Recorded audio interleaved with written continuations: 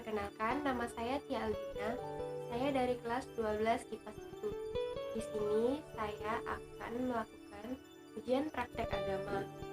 Baiklah, di sini saya akan membacakan renungan Injil Yohanes bab 10 ayat 1 sampai 21.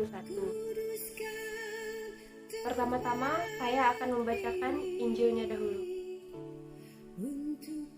Gembala yang baik.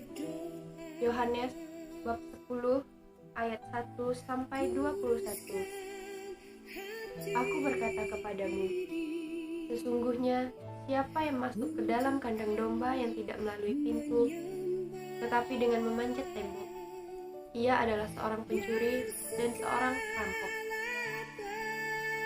Tetapi siapa yang masuk melalui pintu, ia adalah gembala domba.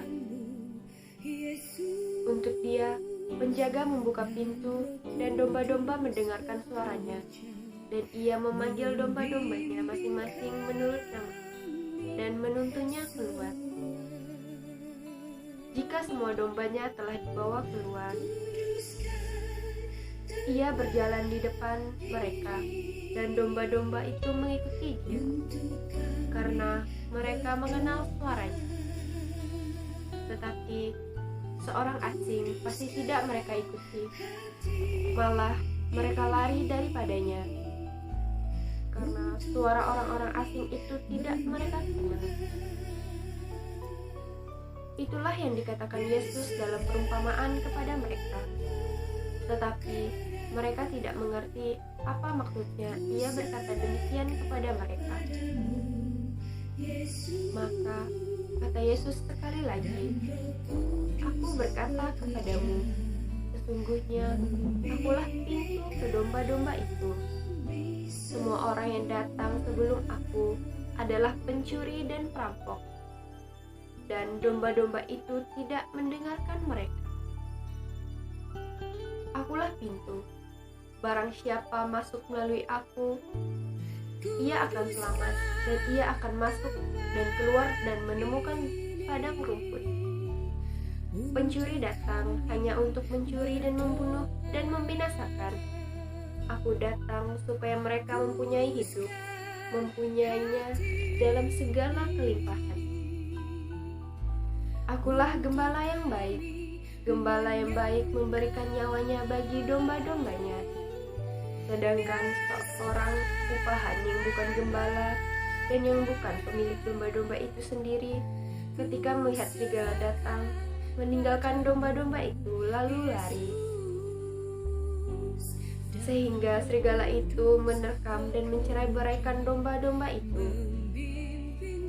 Ia lari karena ia seorang upahan dan tidak memperhatikan domba-domba itu.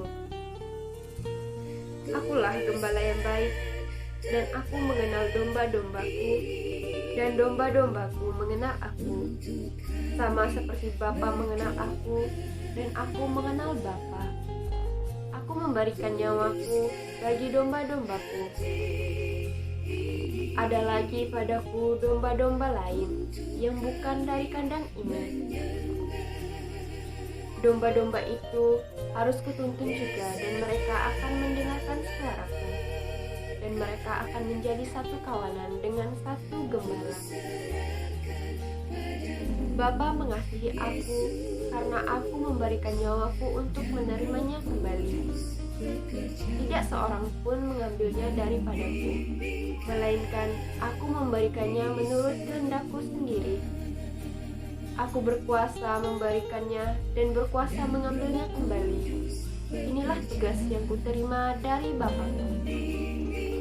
Maka timbullah pula pertentangan di antara orang-orang Yahudi karena perkataan itu. Banyak di antara mereka berkata, Ia kerasukan setan dan gila. Mengapa kamu mendengarkan dia? Yang lain berkata, Itu bukan perkataan orang yang kerasukan setan. Dapatkah setan membelekkan mata orang buta? Demikianlah Injil Tuhan. Baiklah, selanjutnya saya akan membacakan renungan Yohanes bab 10 ayat 1 sampai 21. Kadang kita diperhadapkan pada barang atau sesuatu yang benar-benar mirip aslinya tetapi palsu. Dalam kata lain, aspal. Asli tetapi palsu. Untuk membedakan mana yang asli dan mana yang palsu, dibutuhkan kejelian. Jika tidak, bisa saja kita terkecoh. Sebagus-bagusnya barang, kalau palsu, tetaplah palsu. Yesus menggunakan perumpamaan tentang gembala dan kawanan domba dengan sasaran orang Farisi dan orang Yahudi lainnya. Sayangnya, mereka tidak mengerti. Perumpamaan itu tentang seorang gembala dengan pekerjaan sehari-harinya. Perumpamaan itu membandingkan mana yang asli dan mana yang palsu dengan tindakan yang dilakukannya. Gembala yang asli akan masuk melalui pintu, memanggil nama-nama domba-dombanya, serta menuntun dan melindungi kawanan itu dari bahaya. Sedangkan yang palsu hanya mencari keuntungan. Jangankan melindungi domba, ia bahkan melarikan diri saat bertemu bahaya yang mengancam. Hal ini jelas berbeda dari gembala asli yang rela mengorbankan nyawanya demi domba-dombanya. Melalui perumpamaan ini, Yesus ingin menyampaikan bahwa dirinya adalah gembala sejati, bukan saja bagi bangsa Israel, tetapi juga untuk bangsa-bangsa lainnya. Sementara itu, para pemimpin agama Yahudi cenderung disebut pencuri, sebab mereka hanya ingin menikmati keuntungan dengan jabatan yang disandang, namun tidak memberi perlindungan, pengajaran, atau teladan yang benar. Kita bersyukur memiliki Gembala Agung, Tuhan Yesus.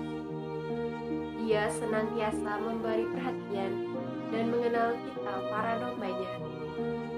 Pengenalan yang dalam ini membuahkan rasa nyaman dan aman.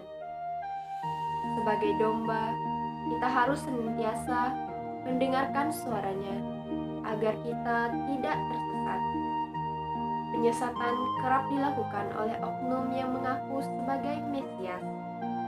Mereka hadir dan memberikan berita sukacita, tetapi ujung-ujungnya akan menyembelih demi kepentingan mereka sendiri. Jadi, pertanyaan untuk kita hari ini adalah, kalau ada yang asli, kenapa harus pilih yang palsu? Baiklah, sekian renungan yang dapat saya sampaikan hari ini. Semoga bermanfaat.